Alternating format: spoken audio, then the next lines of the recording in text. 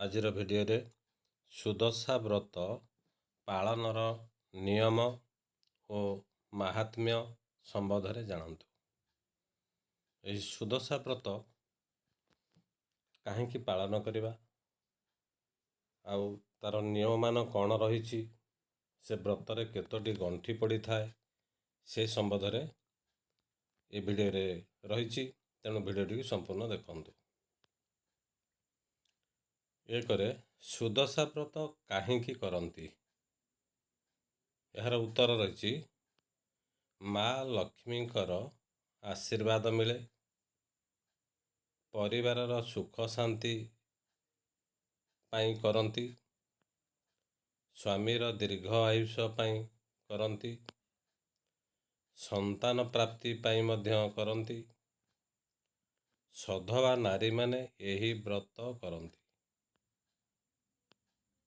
ଦୁଇରେ ସୁଦଶା ବ୍ରତର ନିୟମ। ସୁଦଶା ବ୍ରତ ଧଳା ନହେଲେ ହଳଦିଆ ବ୍ରତ ପୂଜା କରାଯାଏ।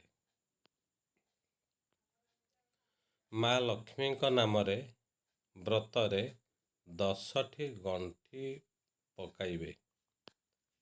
ବ୍ରତରେ ରହିବ 10ଟି ଦୁବ, ବରକୋଳି ପତ୍ର ଓ 10ଟି ଅକ୍ଷତ ଅରୁଆ ଚାଉଳ।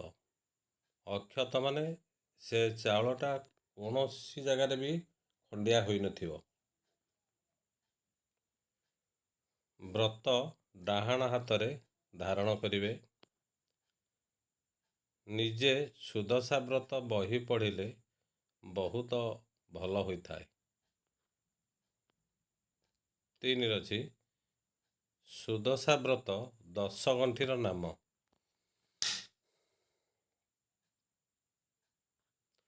ପ୍ରଥମ ଗଣ୍ଠିର ନାମ ଲକ୍ଷ୍ମୀ ନାରାୟଣ, ଦ୍ୱିତୀୟ ଗଣ୍ଠିର ନାମ କମଳିନୀ, ତୃତୀୟ ଗଣ୍ଠିର ନାମ ଶ୍ରୀହରିପ୍ରିୟା, ଚତୁର୍ଥ ଗଣ୍ଠିର ନାମ ପଦ୍ମାଳୟା, ପଞ୍ଚମ ଗଣ୍ଠିର ନାମ କମଳା, ଷଷ୍ଠ ଗଣ୍ଠିର ନାମ ଚଞ୍ଚଳା, ସପ୍ତମ ଗଣ୍ଠିର ନାମ ବିଘ୍ନସେନୀ, ଅଷ୍ଟମ ଗଣ୍ଠିର ନାମ ସିନ୍ଧୁର ଦୁଲଣୀ, ନବମ ଗଣ୍ଠିର ନାମ ଦୁର୍ଗତି ନାଶିନୀ, ଦଶମ ଗଣ୍ଠିର ନାମ ବିଷ୍ଣୁ ପାଟରାଣୀ। ଏ 10 ଗଣ୍ଠିରେ 10ଟି ନାମ ରହିଛି। ଏ 10ଟି ଯାକ ନାମ ମା ଲକ୍ଷ୍ମୀଙ୍କର। 4ରେ ସୁଦଶା ବ୍ରତରେ କ'ଣ ନିଷେଧ? ନିଜ ପୁରୁଣା ବ୍ରତ ଅନ୍ୟକୁ ଦେବେ ନାହିଁ। କଳା ଧଡ଼ି ଥିବା ଶାଢ଼ୀ ପିନ୍ଧିବେ ନାହିଁ।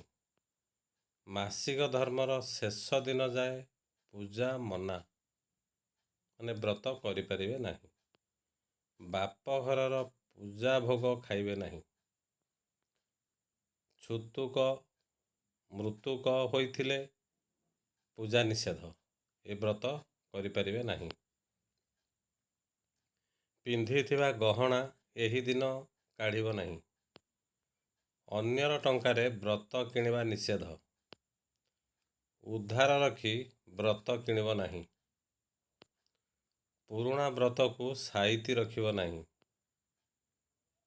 5 ନମ୍ବର ସୁଦଶା ବ୍ରତ ବାନ୍ଧିବାର ନିୟମ। ଯେଉଁଦିନ ଶୁକ୍ଳପକ୍ଷ ଦଶମୀ ଗୁରୁବାର ତିଥି ପଡ଼ିଥାଏ, ସେହିଦିନ ସୁଦଶା ବ୍ରତ କରାଯାଇଥାଏ। ସୁଦଶା ବ୍ରତ ସାଧାରଣତଃ 10 ଖିଅ ବିଶିଷ୍ଟ ଘାଟ ସୂତାରେ ତିଆରି ହୋଇଥାଏ। ନଚେତ୍ ଆପଣ ବଜାରରେ ମିଳୁଥିବା ଧଳା କିମ୍ବା ହଳଦିଆ ରଙ୍ଗର ବ୍ରତ ପୂଜା କରିପାରିବେ। ବ୍ରତକୁ ପ୍ରଥମେ ଗଙ୍ଗା ଜଳ ସିଞ୍ଚନ କରି ସେଥିରେ ହଳଦୀ ଲଗାଇ ମାଙ୍କ ନାମରେ 10 ଗୋଟି ଗଣ୍ଠି ଦେବେ ଏବଂ ମାଙ୍କ ପାଖରେ ରଖିବେ। ପୂଜା ସମୟରେ ସେଥିରେ ସିନ୍ଦୁର, ଚନ୍ଦନ, ହଳଦୀ ଦୁବ ଏବଂ ଫୁଲ ଦେଇ ପଞ୍ଚ ଉପଚାର ବିଧିରେ ପୂଜା ହୋଇଥାଏ। ପୂଜା ସରିବା ପରେ ବ୍ରତକୁ ଆଣି ମା'ଙ୍କୁ ପ୍ରଣାମ କରି ଡାହାଣ ହାତରେ ବାନ୍ଧିବେ। ଏହିପରି ଭାବେ ସୁଦଶା ବ୍ରତ ପୂଜା କରାଯାଇଥାଏ। ଭିଡ଼ିଓଟିକୁ ଲାଇକ୍, ସେୟାର ଏବଂ କମେଣ୍ଟ, ସବସ୍କ୍ରାଇବ୍ କରିବାକୁ ଅନୁରୋଧ। ଏତିକିରେ ରହିଲି।